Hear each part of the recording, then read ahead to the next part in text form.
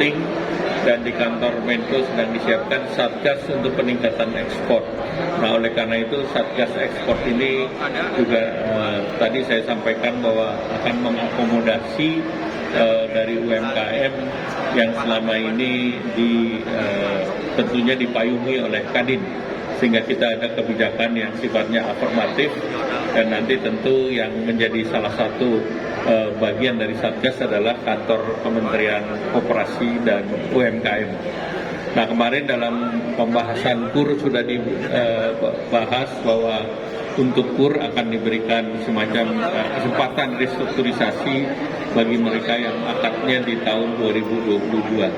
Jadi ini akan ada sedikit bantuan lagi agar bisa UMKM bisa bernapas. Kami melihat bahwa memang denyutnya mengendur sedikit, sehingga perlu kita injeksi dengan waktu seperti yang sebelumnya kita lakukan. Selanjutnya kami persilakan Pak Menko. Ya, Pak Menko, terima kasih.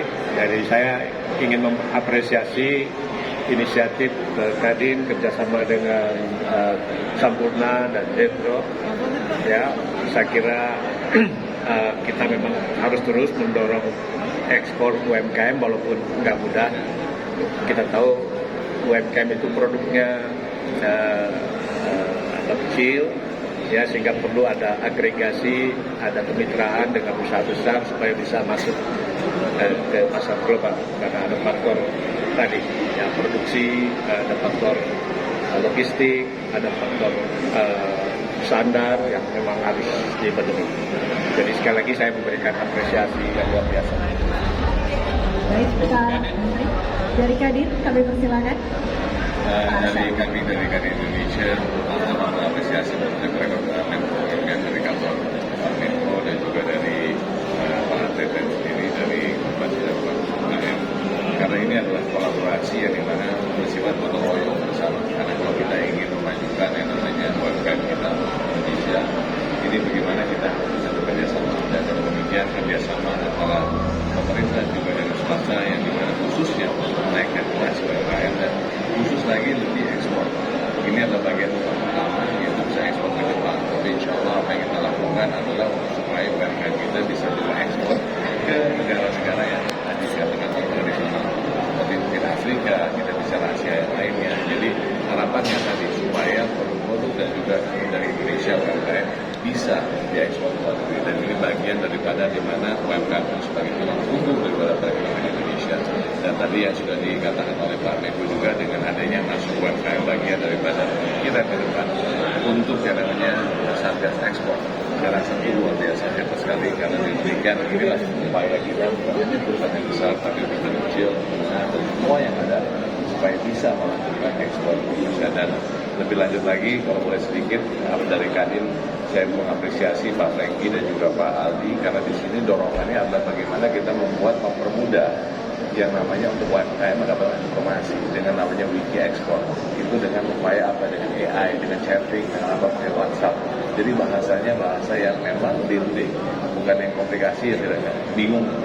Dengan demikian nanti UMKM bisa mengakses dan bisa mengerti bagaimana sih cara ekspor ke negara-negara contohnya Jepang ataupun yang lainnya. Begitu adalah bagian daripada sekali lagi kerjasama dan perekonomian, juga kemudian konsentrasi UMKM dengan kami Kadin, dan khususnya di sini dibantu disupport oleh Sampurna, dan di mana sangat luar biasa dengan konsentrasinya Sampurna Retail Securities dan juga dengan Jetro, karena khususnya untuk ekspor ke Jepang. Sekali lagi itulah yang kami rasakan juga.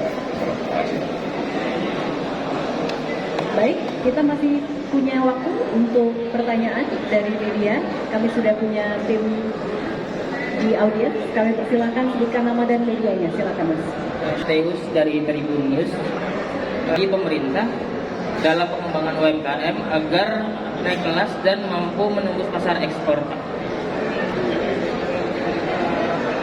Kami persilakan. Ya, jadi yang pertama tentu UMKM ini membutuhkan katakanlah pendampingan, dan apa yang dilakukan oleh Sampurna ini baik, karena Sampurna kan sudah world class, jadi sudah tahu bagaimana cara untuk ekspor, bagaimana menjaga kualitas dan yang lain. terutama melalui Sampurna Entrepreneur Training Center. Dan saya minta agar training center tadi yang selama ini diikuti oleh 70.000 UMKM untuk ditingkatkan menjadi ratusan ribu. Karena kita membutuhkan entrepreneurs yang lebih banyak lagi, dan oleh karena itu salah satu cara adalah mempersiapkan SDM-nya, kedua tentu kualitas produk, yang ketiga tentu yang namanya UMKM harus paham bisnis praktis, berapa yang di-offer itu harus bisa dikirim tepat waktu dan tepat kualitas.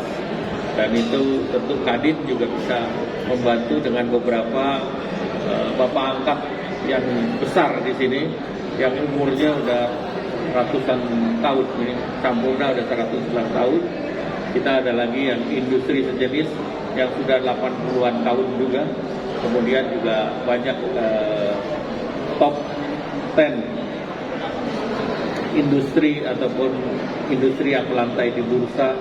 Saya rasa itu bisa juga didorong untuk mendorong UMKM. Terima kasih. Baik, masih ada satu terakhir kesempatan untuk media untuk bertanya, ditujukan kepada siapa? Silakan. Ya, terima kasih. Perkenalkan, nama saya Aning dari Kompas.com. Saya mau bertanya ke Pak Teten, mohon izin Pak.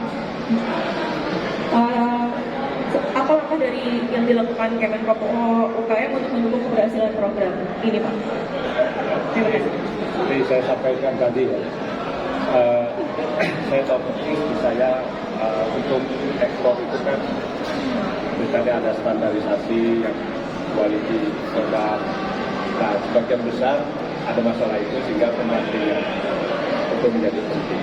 Tapi begini juga, tidak semua UMKM juga ada kapasitas produksi langsung bisa ekspor sendiri-sendiri karena ada kendala biaya logistik. Jadi UMKM juga bisa menjadi supply chain daripada industri besar yang masuk ke pasar global. Sebut saja misalnya kopi. Kopi di Indonesia itu kira-kira 600.000 sampai 700.000 ton tahun. 96%-nya dari kebun raya. Ya, ekspornya usaha besar. Sawit juga 40,5%, ya, itu kan kebun raya. Nah, ekspornya mungkin silabas. Nah, rokok juga kan supply chain-nya dari tembakau rakyat. Ya, jadi ada yang memang kita catatkan ekspor langsung, misalnya baik itu lewat cross border online misalnya ke satu ke 9 negara. Ada juga yang langsung seperti yang lain, produk yang lain. Sama juga di ikan juga kan ekspor besarnya di sektor kelautan kan cuma 4%.